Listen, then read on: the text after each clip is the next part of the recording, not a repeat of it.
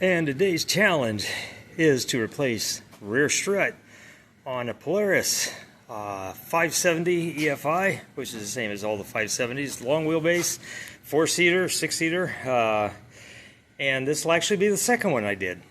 This was the left rear, and you can see that the strut rod itself snapped in half. Now you can see there's what appears to be a casting flaw or some sort of flaw in that, and you can see it's been working for a while, but it snapped in half and sent that spring through my airbox, tore it up, but no major damage other than that. So I had to fix that one in the field, so now I'm just going to go ahead and do the right side in the shop and show you the process. Okay, you absolutely don't have to take the rear wheel off to do this, but I'm going to anyway, just to make it easier to film and so you can have a better look at what's going on.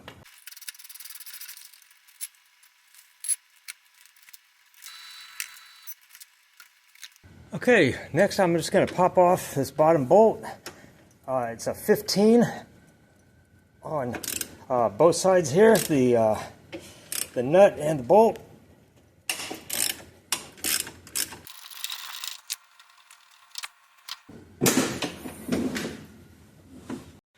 Okay, again, 15. Got the nut, got the bolt on this side. A little trickier to get to. You might want to use an extension. I think I'll put the ratchet on this side and hold this side with the wrench and get that sucker out of there. Right, I'm using a smaller ratchet just because of size constraints, and my wrench is there, so I'm going to crank it off now. I had to go to a smaller ratchet just because of size constraints, so you have to push a little harder, but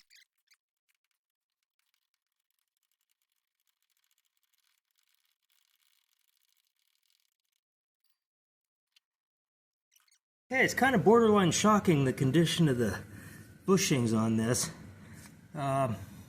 This buggy does not yet have 2,000 miles on it, and they are trashed. And I drive it like a little old lady, folks, although I understand that the little old lady who drove it before me was a little harder on it, so maybe that has something to do with it. But this was squeaking and making odd noises out of the back. That's probably why. That and the other one failing, of course. Okay, and this is the point where you really want to line up the old and the new units and make sure that they look about the same. Not strictly necessary this time since I already replaced one of them. Happily, they're both set to the most relaxed position, which is where I'm going to write it, so nothing to do there. I notice this one is a little bit longer, so it's not quite as easy to get in as an OEM one would be, but it's about a third the money. The other thing is, very many of these, including this one, come without any kind of meaningful instructions. Trial and error will tell you that you need the thin bushings with the small steel insert on the top and the thick bushings with the longer metal insert on the bottom. So I'm going to go ahead and put the top one in first, and by experience I know not to put it in now, but just as I'm getting ready, because they can easily fall out while you're messing around with it. So let me get this in. Okay, ready to put it in. Bushings go in, and these can be hand pressed. Some will probably require a vice grip or maybe just a love tap with a hammer or a mallet.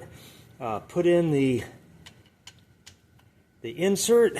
It's not very tight, so I'll have to be careful placing it so it doesn't fall out. But the next step is just to get it put in on the upper mount and have your bolt ready to go, so you are not reaching around for it and trying to find it while you're holding it all in place. Okay, I've got my bolt ready to go, and it goes in from front to back so that the nut is sticking out the back. And this one should be pretty easy. Just have to center the hole, put the nut on, and turn it all down. And by the way, the nut is a nylock, So it will spin on the first few turns, and then you'll have to use the wrench to run it the rest of the way down. That's a good thing, keeps it from coming loose out in the middle of nowhere in the woods, folks. So small price to pay.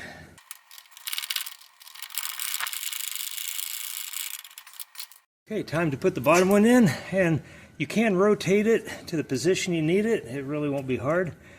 So get the 2 bushings in.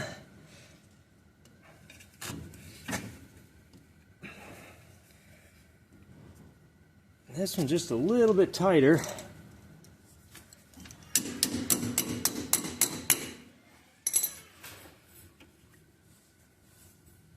Okay, you'll notice this one isn't going to just slot in without a little bit of a fight. So I'm going to have my bolt ready to go. And I'm going to push down on the hub. And I think that'll be all I really need. There we go. So, might affect the ride height a tiny bit. I don't think so. But now I just got to tighten this one down.